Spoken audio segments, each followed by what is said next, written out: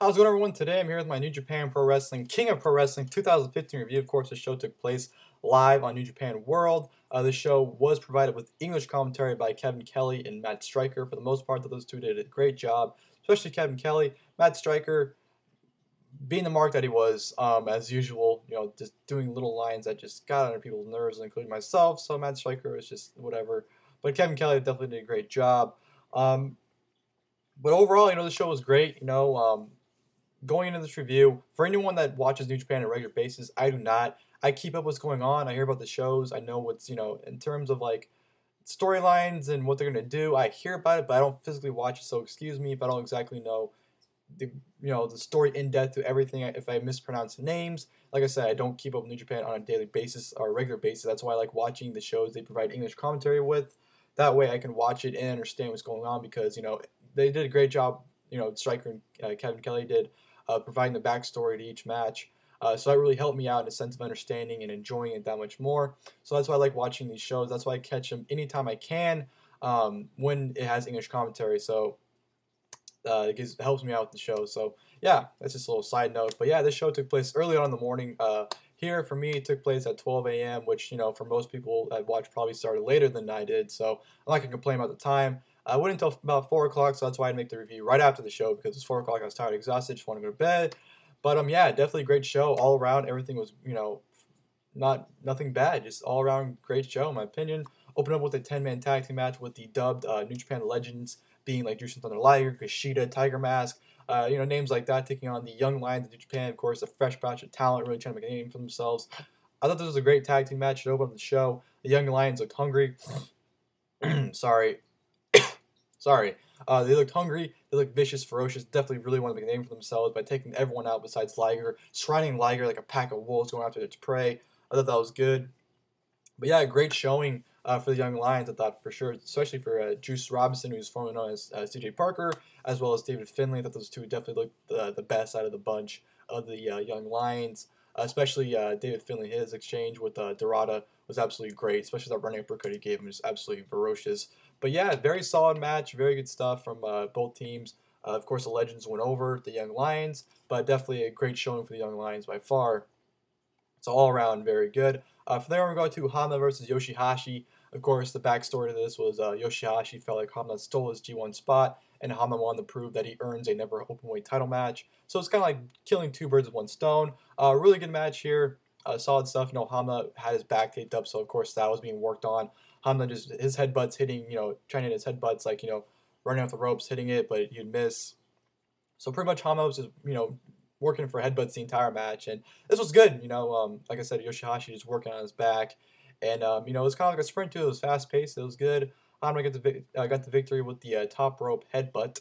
So yeah, good stuff there from both guys. Enjoyed it. It was a nice little match. From there, I'm going to go to an 8-man tag team match, which was it was good. It was definitely a filler match. You can definitely tell. It wasn't really a story to it. Ibushi and Nakanishi, I think his last name. That's how you say it. Sorry if I mispronounced it. They definitely had a great exchange in this match. They opened up the match. They had a great exchange, especially Ibushi his kicks. But Nakanishi just fired up and started beating the shit out of Ibushi. So that was a really good way and a really good beating, I should say. But yeah, this was a good, solid little fun little filler match here. Captain New Japan, poor guy, took everyone's finish from the opposing team and pretty much got annihilated and ended up taking the pinfall to get pinned. So yeah, just a fun little 8-man tag there.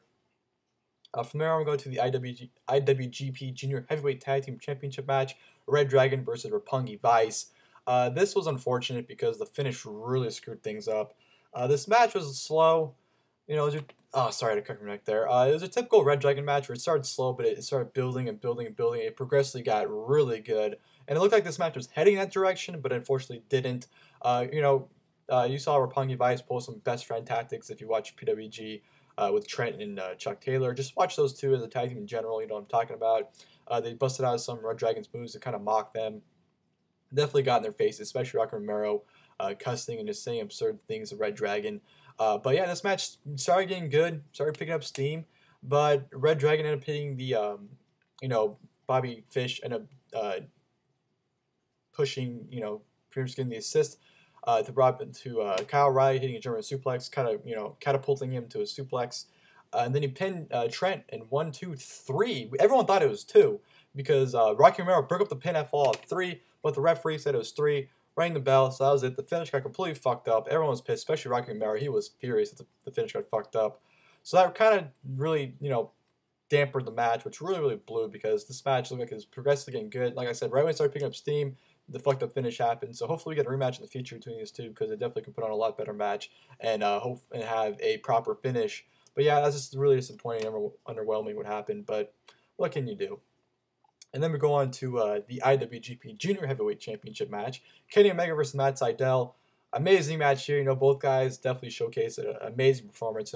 Kenny Omega looking really crisp, and so did Matt Sydal. Matt Sydal's been having one hell of a year in terms of match quality wise, and he did not disappoint here. Him and Kenny Omega definitely put on an awesome match here. Kenny Omega, just the facial expressions, everything he does. He has one of the best arsenals and best characters, and everything about him is just absolutely awesome. I don't see how anyone can't like Kenny Omega. He just looked amazing. So did Matt Sydal. Some near falls. Matt Sydal almost won the title a handful of times. He almost won via countout, which got teased heavily.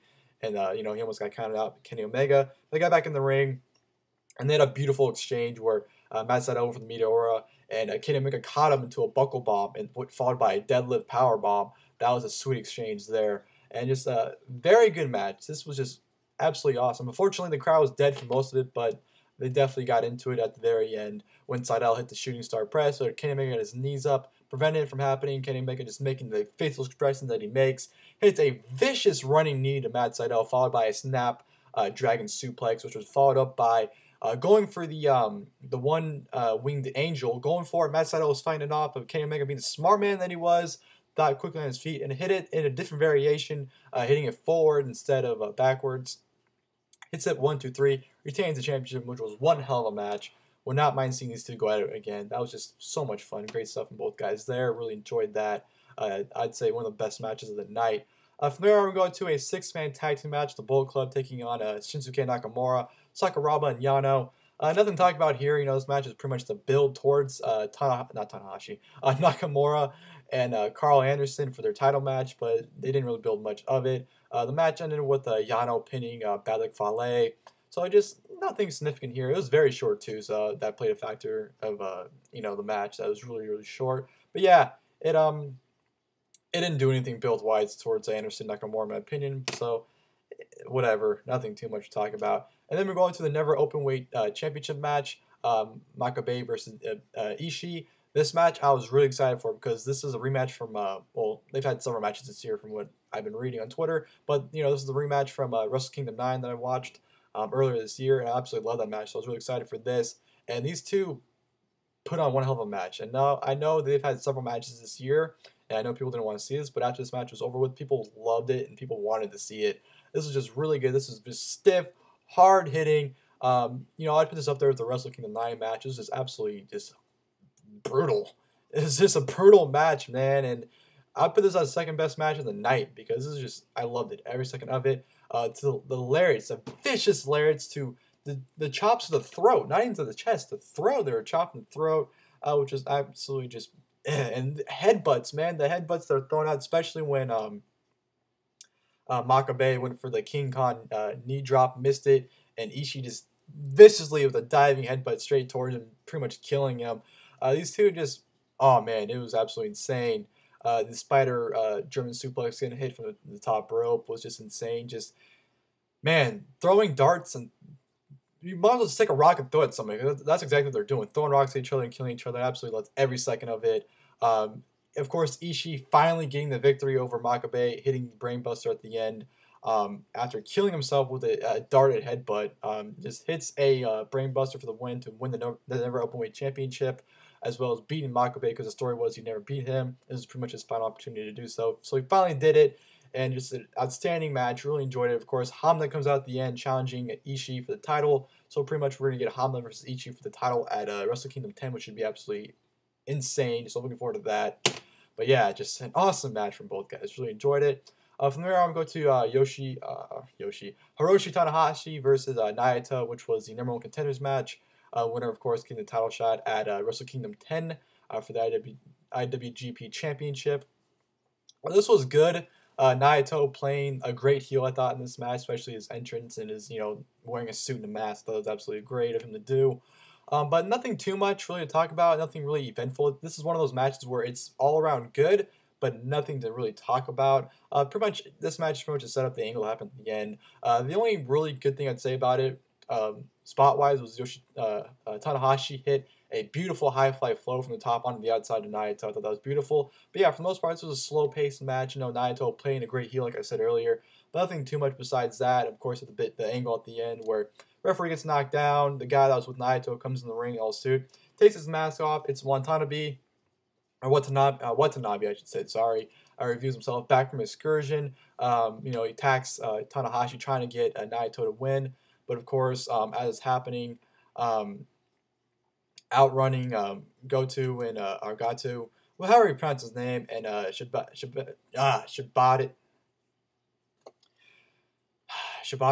Sorry. Stress myself over that. Goto and Shibata come out to help Tanahashi to make sure this match is evened up, and then of course Tanahashi hit the high fly flow onto Naito. I'm just stressing out. I'm screwing up everyone's name here. I'm sorry, Naito. Sorry, man. Sorry about this, guys. But yeah, he end up hitting it with a high fly flow for the 1-2-3 to secure his match at Wrestle Kingdom 10. Like I said, good match, and it's pretty much just a setup for that angle at the end, it seems like. So, I enjoyed it for what it was, though. It was good. But then we go to the main event, which was the IWGP Heavyweight Championship match. Okada versus AJ Styles, of course, the match everyone's looking forward to, and they did not disappoint. Awesome match here, of course, and the match started off a little slower than usual from most of their matches, but then again, they went 30 minutes, so you can't expect a high-paced match the entire time. Both worked very well. Their brief exchanges, Okada going for the Rainmaker quickly in the match, AJ preventing it. Their little encounters, AJ going for Styles Clash, working out of it. Okada was just a great match here. These two just naturally have great chemistry and can naturally put on a great match whenever they please.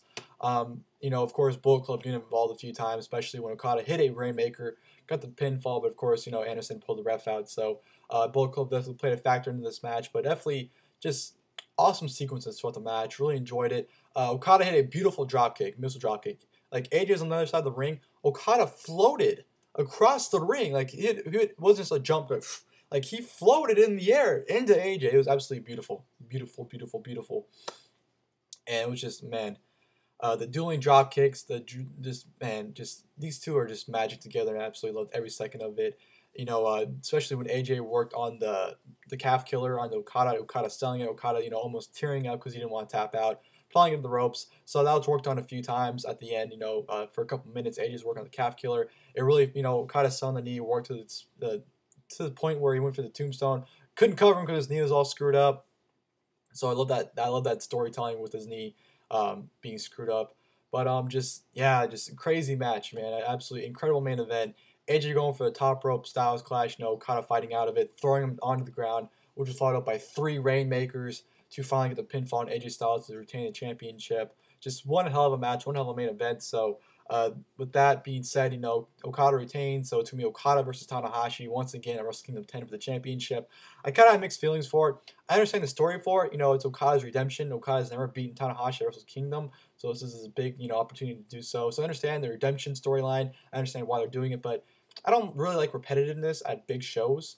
For main events, I'm not really a big fan of, having the same main event for big shows. That's just me personally. I understand why they're doing it, like I said, but doesn't mean I'm really onto it. But you know what? It's still going to be an amazing match regardless, so I'm not really going to complain. But of course, it's the match, after he won, Tanahashi came out, pretty much cut a promo, to promote the match, and, pretty much giving forewarning, like, hey, the better man's going to win this time, and we're going to, see who really is better between you and I. So that was a good little post-match thing. But yeah, great main event to a great show. Definitely King of Pro Wrestling 2015 for New Japan Pro Wrestling. Great show. The next show that they're going to produce, or big show, is of course Wrestle Kingdom 10, which will be broadcasted on New Japan World in English too. So I'll definitely be watching that as it airs as well. So I'll probably my next New Japan show I review is Wrestle Kingdom at the very beginning of the next year. But yeah, great show all around. Hope you guys enjoyed the video. Hope you guys enjoyed the show if you're able to catch it. And yeah, until next time, I'll see you guys later.